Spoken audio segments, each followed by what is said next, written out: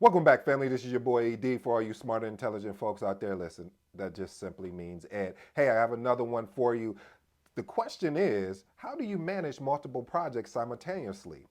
Hmm. Hey, I got seven steps or my 7-step framework. You know, I always want to give you seven. I'm just feeling that great today. We're gonna make sure we give you seven. These are gonna be seven great ones to help you if you're managing multiple projects. First, let me park there parenthetically and let you know that even though you're managing even though you're managing multiple projects, one of the things I want to say before we even get started, I want to ensure that you're also taking care of you. What does that look like? What does that mean? Understanding when you need to get up and take a break. I've had challenges with this through my whole career because when you want to be exceptional, sometimes you'll get so locked in that you will forget about, hey, did I eat? Or hey, probably need to go to the bathroom. I mean, I'm being so sincere when I say that, as that don't forget about you when you're managing all these projects, because if you can't show up to be your best every day, then it won't matter how the projects are going, because then you wouldn't be able to lead them. So I say that first. I always want to make sure that is said first before we even go into the seven. So that was just a bonus, because I've seen project managers get burnt out because they're trying to take on the world when you have a team to help you out. So let's move forward. The first one is prioritize your projects. When I say prioritize your projects, I'm saying understand which projects have the most sense of urgency. What's the ones that have the most sense of which ones have the tightest deadlines, and you have to look at it. So if you have, let's use an example. If you have, let's say you have 3 projects that you're leading, which timelines are very important to meet, even though you got to meet the all of them, but which ones, if you could just order them, synchronize them, how would you do that? Well, easy. Whatever ones are due first, you might want to make sure you're focusing on that. But keep in mind, you can't forget about the other projects that you're leading as well. So make sure when you're leading a project and you have multiple projects, that you identify, okay, I'm gonna prioritize these. And sometimes prioritization can change depending on the business need, depending on what leadership depends. But most of the time, you will have a good idea of what projects really needs a sense of urgency or really needs that whole handing aspect of things. Another thing, I know it's kind of self-explanatory or it's common sense, but they said sometimes common sense can be uncommon. And what that translates into is, make sure, family, which going to my point number two, make sure you have a schedule, a project schedule, which outlines your tasks, which outlines your milestones, and basically understanding this will help you with point number one, which basically understanding the prioritization and which projects are up to be completed first, or if you're having any risk or issues that are competing that you really need to focus in and lock in on. Point number three is delegate tasks. Well, let me say something about that as well. In delegation, sometimes people confuse delegation with, here it is, I'm gone.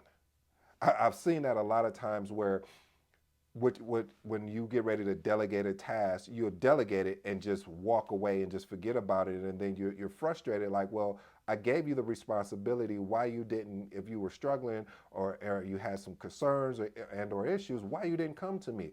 I'm the project manager. I'm here to support you. Well, it's because you didn't check in. You weren't leading the project. You were managing the project. Because if you were leading the project, you would have identified, like, wait a minute, I haven't seen any activity as far as the task that I assigned. Something must not be right. Let me do a check-in with the resource that I assigned it to, and also see if they have some questions, because you never know. Sometimes what would tend to happen is, when you delegate something, people may feel afraid to ask you, hey, what do you think about this? What do you think it is? Because you already pushed it to them and say, here, you go figure it out. Instead of setting them up for success, say, hey, you know what? I'm delegating this task to you.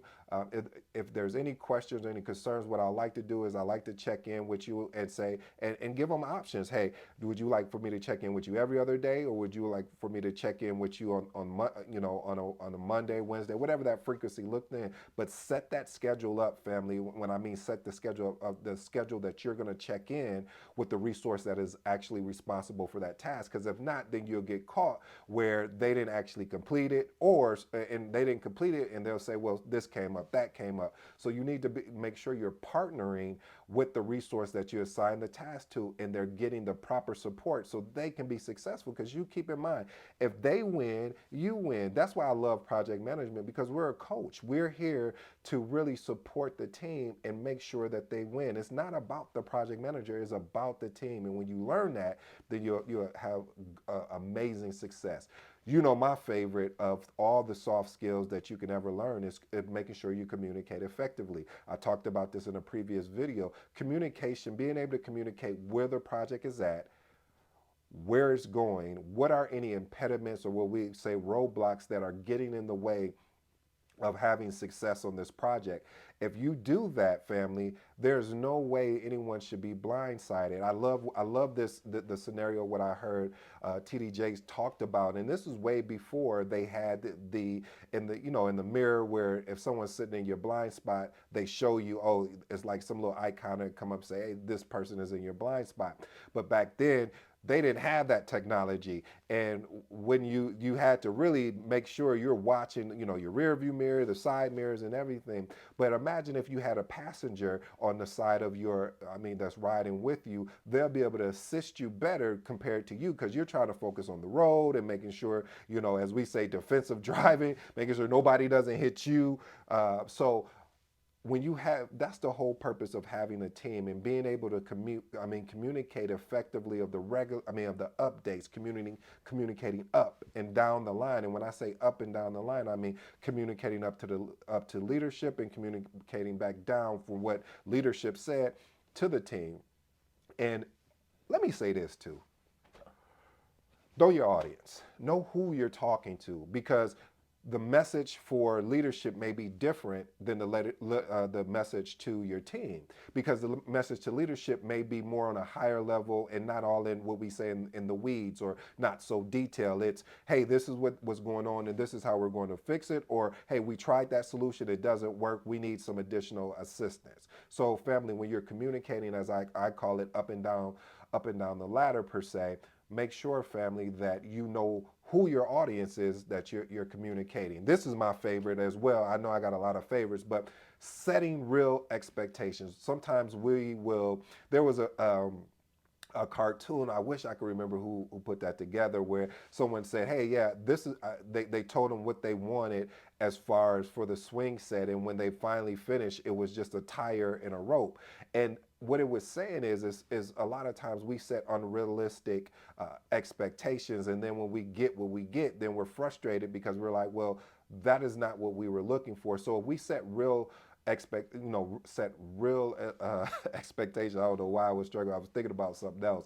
But when you set real expectation, what this does, it allows you to set your team up for success. So if they're saying, hey, we want this, a month early, well, great. Okay, you want this a month early. These are some of the things that you may run into if we produce this a month early, but we can make it happen. But are you willing to take the risk on some of these other things not happen? Are you willing to take the risk on?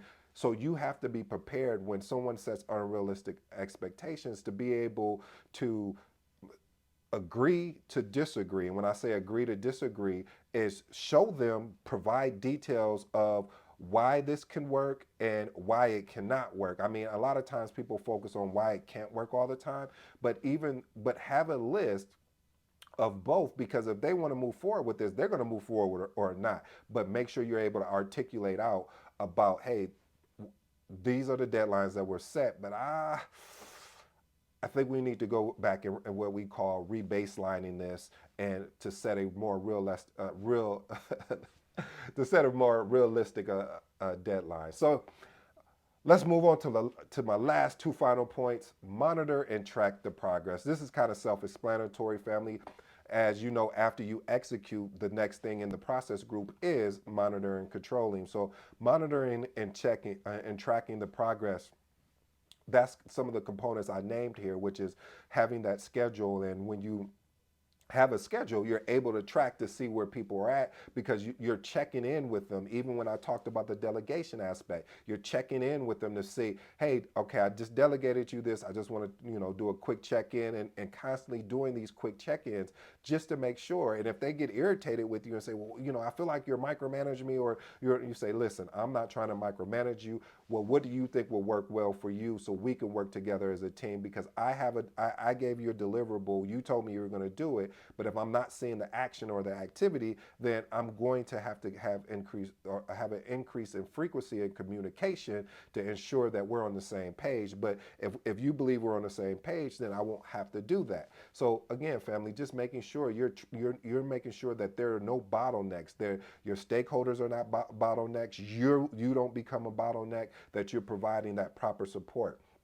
And the last thing is understanding um, your team's bandwidth, or as I like to say, balancing resources and workload. By balancing resources and workload, you won't burn your team out. Matter of fact, you won't burn yourself out. And sometimes that can be challenging because the team is working on multiple different projects within the organization. So your project is not the only project. So I say that because sometimes, as a project manager, we only feel like our team is only working on this one thing, like our thing is the most important thing. I would love to think that. I would love to appreciate that, but that's not the case, family. A project, as we know, has a beginning and an end date. So that means that the team also has their day-to-day work. So be thinking of that. Be cognizant of when you're working with your team to make sure that they have the proper resources and they have the proper bandwidth to make sure that they can support us. Hope you enjoyed today's video, family.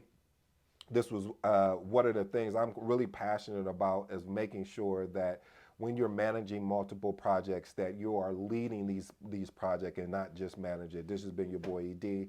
This has been another opportunity for Learn Some Project Management. I'm glad you joined us. Until next time, I'm out.